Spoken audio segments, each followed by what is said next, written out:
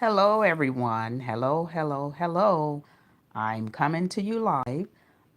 You can't see me because I'm not made up or ready to come on air live, but I do have the voice. So I'll be doing this audio with my voice. And I am talking about the documentary I saw on Lifetime television with Surviving R. Kelly with R. Kelly. There was a lot of things that I have seen in the past. I've seen on YouTube, a lot of lies I've heard on YouTube, and I've seen on a lot various shows with his wife, Andrea Kelly, and also from some of the women that was speaking on the documentary. Um, some of the lies that I'm going to point out to you. The first one that I recognized was it was the girl that when R. Kelly went to court and he was really going through it with the first incident with the young girl, and he was in court. So one of the young ladies said she would go to the courthouse and she really wanted to meet R. Kelly. So, first of all, she shouldn't have been going to the courthouse to meet R. Kelly because he was had already allegedly molested or did some sexual criminal act with an underage girl. So if you saw that and you know he's in court for that, why would you even go? Period. Okay? That was the first thing I noticed. And so I saw that on TV, and then they showed where she was being interviewed. And she said she had been molested several times herself. She already said, I've been molested several times. Then, just a few moments into the interview, she said she was a virgin when R. Kelly molested her. So, which one was it? Had you already been molested? Or, which means if you already been molested, whether you was molested or not, it still happened. So that means that you were not a virgin at all. I'm not saying it's right or wrong, but I'm just pointing out all these different lies, and it just didn't set well with me on that particular incident, and especially when she was going to court to meet him. First of all, the red flag went up when I saw her standing outside of the court, and so these young girls were really putting themselves on R. Kelly, and R. Kelly was already abused himself as a child. And if this girl saw that he had already abused the child, why would you even, knowing that you're a child, why would you even go to the court? Period. And where was your mother and your father? Because my parents had eight of us and they had their hands on everything that we did. There's no way we could get that far as to go to court with R. Kelly, communicate with R. Kelly, knowing that he was older than her, knowing that he was already in court for molestation, supposedly, allegedly, of someone else. And the next thing that was very, very, very, very, very horrific to me, I was just scrolling through YouTube and looking at some videos, and I came across a video where I saw his wife, Andrea, on video. Okay, I'll back it up a little bit. In the past, I saw her on a few talk shows. She was on The View, and she was saying how R. Kelly did all this horrific stuff to her. And, I'm not saying that he didn't do it, but these people are contradicting what they're saying because Andrea Kelly, on one hand, she was saying he did all this stuff. But when I saw this video yesterday on YouTube, the video, she was in the car with a guy. She called him her baby daddy. Then she said R. Kelly was a baby daddy and anybody else better not talk about him because he's still her family, and how she loved his music and she support him. And I mean, my God, how could you do a switcheroo like that? I mean, which one is it? Because if someone abused me like that, I'm not gonna be jamming to his music and saying that's my baby daddy and he's a part of my family and nobody else better not talk to him. And oh my God. So which one was it? And now you get on the show, you boo hoo, you cry after that tape was made, allegedly, and you're really, really bashing the man. So it seems to me that she still cared about him. And it just seems to me that she really, really still loved him. So evidently he wasn't that bad, even though he may have, did things like most men do to women, which I'm still not saying that that's right. So don't get me wrong on this audio tape here. I'm not saying that it's right, but what I am saying it is wrong for them to come after him on one hand, like the first girl put herself on him for fame. This girl, his wife, jamming to his music and disrespecting the man that's in the car. She's calling him her baby daddy. She's calling R. Kelly her baby daddy. She's saying what a genius he is and how she loves his music and no one else better not talk about him. She can, but that's still her family. It's not their family. It's not their husband. It's not their baby daddy. Oh my God, was she taking up for R. Kelly? So which is it? This stuff is very, very confusing. So it makes me believe, I'm wondering if these people were paid for saying all this stuff. And then this man that got on there who said that Aaliyah, now in Aaliyah's case, she can't stand up for herself. But in her case, I feel that her mother, if R. Kelly has to pay for her, then the mother needs to pay also. Because they all got paid off of R. Kelly, and Aaliyah was a baby. Her mother knew she was a baby. Her mother said she was there with her all along. But how could she be there with her all alone if she went and got married at the age of 15? And another thing was a lie when this guy here that's talking about R. Kelly and he said, well, I forged the papers and I helped them do this and I helped them do that. I mean, and you're now telling on yourself. So did you do some time for that or are you going to do some time for that because you forged documents in the courthouse? These people, this story is sounding kind of twisted to me. It really is.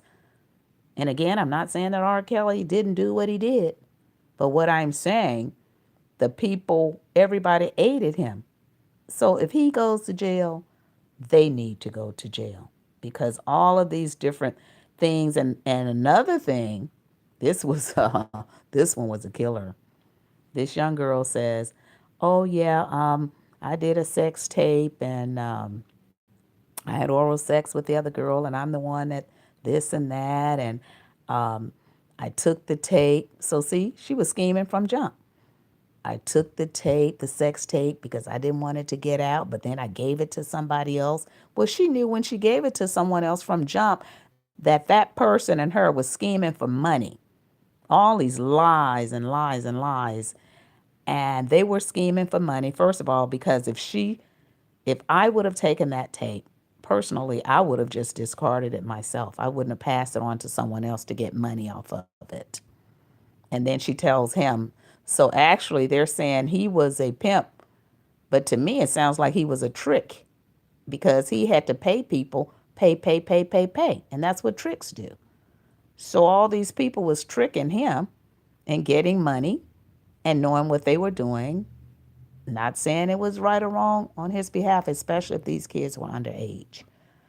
But a lot of this stuff sounds like it was all for money. Sounds like everybody was like crabs in a bucket. Because why didn't the woman discard the tape herself and just totally get rid of it? Totally. If you meant good in your heart, no money should have been involved in that.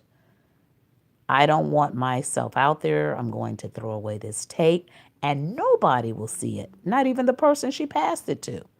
So they were all in it for money because she says, and he had to give them whatever he had to. At first, she didn't say he had to give money, and then later it came out, but he paid them a little something. She didn't say how much. And of course, she got paid also. So to me, that was a scheme. It was a scheme because, first of all, I feel like if these people got away, they could have gotten away from jump. But they got in with R. Kelly to become famous, to get money, and to get paid. And the parents, everybody knew it was just a bunch of lies in this documentary. A bunch of lies. Because to look at Andrea Kelly, like I say on these talk shows, breaking down and crying and this and that, and I mean, and R. Kelly, he really didn't discriminate. So to me, it seems like he was trying to help these poor people and they put themselves on him. And him being molested as a child, it could have possibly happened that he did molest these kids. And he has to pay for that. But on the other hand, the adults and all these people that aided him, the people that brought him the girls, the people that forged the documents, all of these people that schemed with him, they have to pay too. And that's just the way it should go. So to me, that documentary, I'm not feeling good about it because I was reading between the lines and then I would look on YouTube and see all this different stuff that these people are saying, and everybody got paid. So if R. Kelly goes to jail, all of the people that helped him, they all molested these girls as well, from the mothers, the people that he paid, the PR people, his right hand man, all of these people that helped him. And his brothers, they came out, and that one brother I saw, he was on Tasha K, and he came out and said they were both molested, and that his sister molested them, and that R. Kelly liked it because R. Kelly never did really come forth with it. Well, I saw that R. Kelly did on a tape. He did come forth with it, and he did say that he was molested by a family member. He just didn't identify. But he did say that he was molested by a family member, and he wasn't denying that. And he said that his hormones came out sooner than later. So when these parents put all these little young girls in his face, and they was doing that, they were really pimping their kids, trying to, not pimping, but trying to prostitute their children for money from R. Kelly. So if they speak out on all of this stuff with R. Kelly and they took their kids to R. Kelly, these people frauded these paperwork with R. Kelly, and Andrea Kelly, she needs to just apologize because of the fact that, first of all, like her brother said, they really didn't go together. I mean, he had all these beautiful, beautiful, beautiful women around him. He could have chosen anybody, and he had to have loved her in some point, you know, down the line. And I feel that he did because when I saw that tape and she was speaking of nothing but good about him and singing and jamming to his music and telling the people they better not say nothing. R. Kelly's my family. And oh my gosh, she was still reminiscing off R. Kelly. So I think she needs to apologize and tell the public that I made that tape. I was crying about him, but he wasn't that bad. I mean, he wasn't that bad. But when I saw these girls come out, so of course maybe he did do some of those things, but those girls could walk away. It's no man in hell can make no woman stay with them. I don't care what, unless the man's gonna kill them, and then they'll be found later, and he really will go to jail. These girls wanted to be with R. Kelly for fame, for money. The parents wanted to ride off of it. Everybody wanted a career off of it. And some of them probably didn't have talent, and he couldn't even fake it with them. So, what I'm saying, R. Kelly, if you did it, you have to pay and you can come clean. But these parents, if you go to jail, make sure you take everybody else with you that helped you, knowing that they knew that their kids were underage. All of you guys have to pay. And that's all I have to say. It was a bunch of lies, and it just didn't sit well with me. It seemed like everything was staged on that Lifetime show. I didn't like it. It was phony. As I said again, the first girl went to court knowing he was already in court for child molestation, allegedly. If you knew it, why did you go? Okay? And then you was only with him 6 months and you act like you had been with him 10 years. You didn't know that much about R. Kelly because you wasn't there long enough. You was there long enough to get your little 2 cents in so you could get paid. Okay? And then the other girl with that sex tape, she gave it away to someone. If you so shame about the tape, then you should have thrown that tape away immediately and not wanted a dime from it and never want to see it again. But to put it in the hands of someone else, that was a scheme.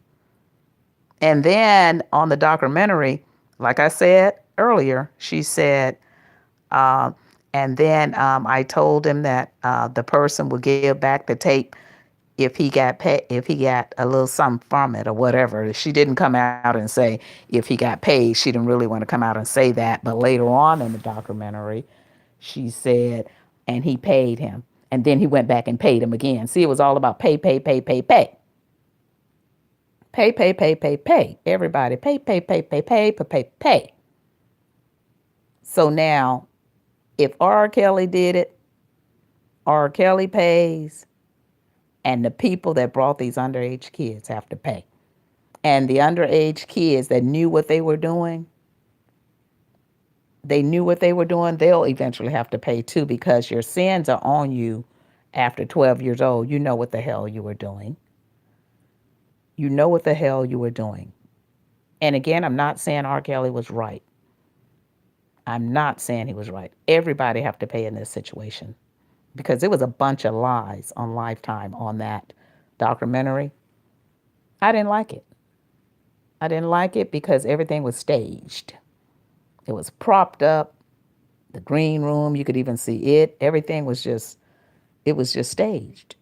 It was staged. So they paid these people to get up there and say that about R. Kelly. And R. Kelly probably felt like with the brothers, like most people have people in their family, something goes wrong and they don't jail. And so maybe it could have been something that we don't know that happened with those brothers. Nobody knows what happened with them.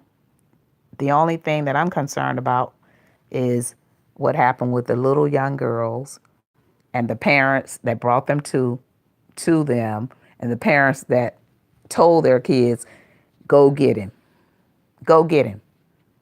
And the people that did all these fraudulent papers and this and that for Aaliyah, you know, that was a crock of mess, a bunch of bull.